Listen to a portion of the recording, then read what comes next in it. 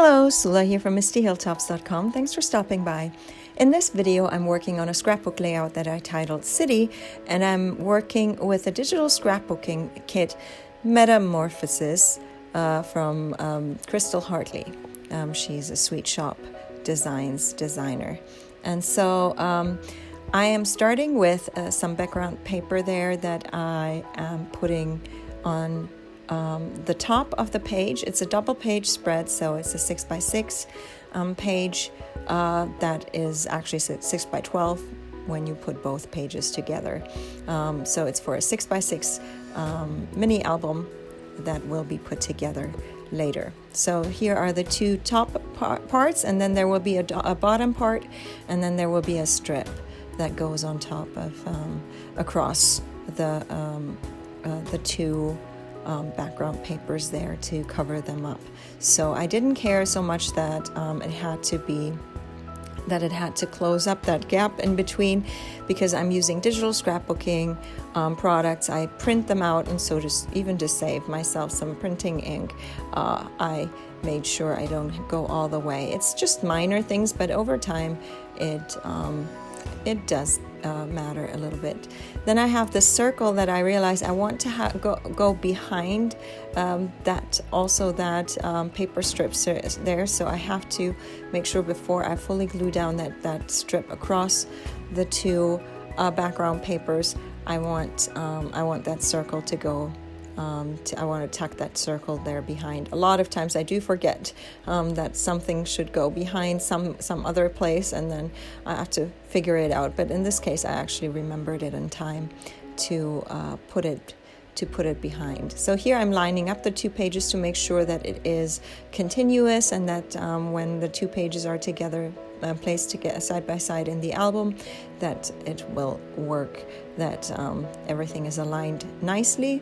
And then I have this second strip of paper, but I wanted to make sure that you still see that wooden pattern in between this strip of paper and the paper strip that is on top of it. So just to give it a little interesting effect there. As usual, I have run a card along the edges, not of the background papers. I don't distress the edges of papers that go all the way to the edge of the page, because I want things to be more flat there. But any paper that sits on top of another paper, I make sure I distress the edges by just running a card along the side of each of the edges there. And then here I am then ready to add the photos, and I actually also printed a frame that came with this collection. Either it came with the collection, or I may have created it just using a black and white striped paper that came with this kit. I'm not even sure which way it is, but I'm supposing it actually was a frame that came with this digital scrapbooking kit, and I just printed and cut it. And then so here I am then also arranging the other photos, and as usual I'm starting from the inside edge there, the center basically, because there is an edge on which I can just align things there. And then I have these two tags that also came with this collection. It's so sad to have to cover up a lot of it. They're pretty. Everything I think about this digital scrapbooking kit is really, really pretty.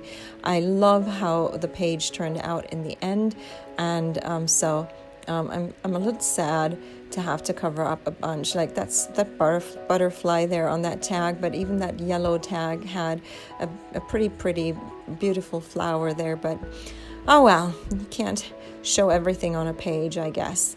I guess that means I should use it again in some other capacity. So anyway, now I'm finally that I have all the background layers ready, I could then glue down the other photos, and then here I am also ready to put down the photo that has the frame go around it. And I realize it doesn't have to go all the way to touch the other two photos, because the frame will be there. So to give room, I put a bigger gap between the photos there, just so that the frame doesn't go too far into the photos. And it's just a guessing. I'm just eyeballing it here to make sure it doesn't have to be exact science. Then I have this bunting that I am connecting from the photo to the edge of the page there and covering up a little bit, or it goes across that tag. And then I have created these flowers again. I just used one of my flower dies and then cut it from cardstock.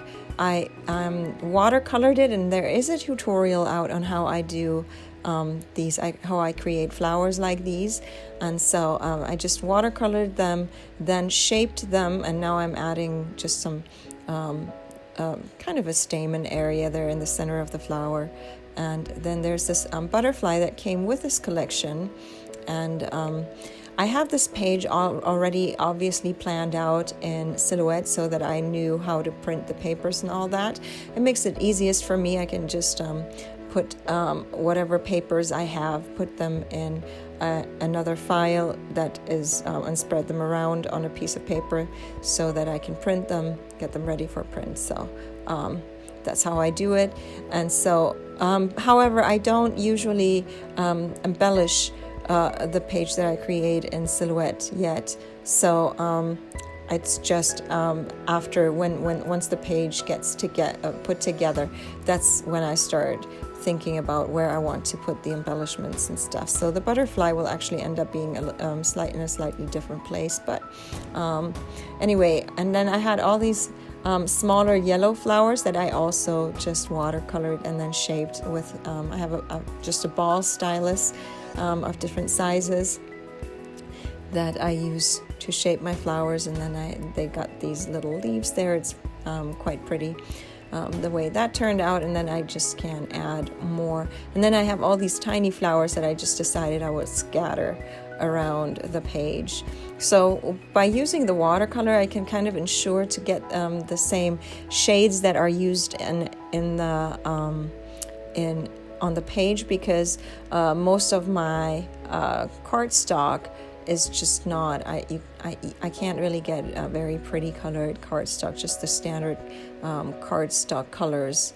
And so I like to watercolor to get more of an exact hue of the colors, or I print a strip that contains colors from the kit I just pick it up with a color picker, and that's how I can create embellishments, but that match color-wise with this collection. However, by printing, it's usually on thinner paper, and so I do like to have that watercolor on the heavy cardstock there for the flowers. So anyways, then I have the title here that goes on top of the page, and this was in the city, and so I decided to keep it short rather than giving it a long name. And so then I have these paper flags that I decided could go in that corner. I think originally I had planned it in another corner maybe, but it ended up going there because then I have this cluster there with the butterfly. And so I'm still deciding, and I think that's where it actually ends up going, and I think this is very pretty there.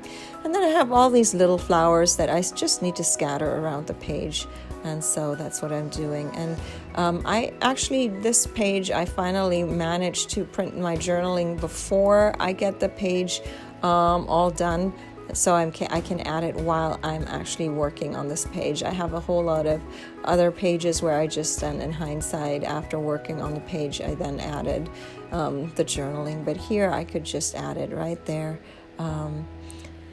Always taking care not to fully cover up some pretty papers or something, because I really want things to be seen well on the page. And then here I am. I'm just going to use up all the flowers. There's the tiny buds there, and it's just fun to scatter them around the page. And so I decided I'll just go with all the little flowers that are still available, and just going to scatter them around the page. So anyway, this is my double page spread done. I hope you are enjoying this video. Give it a thumbs up if you did. Consider subscribing, and well, I'm going to leave you with some more close-ups. So I hope you have a great day. Thanks for watching. Bye.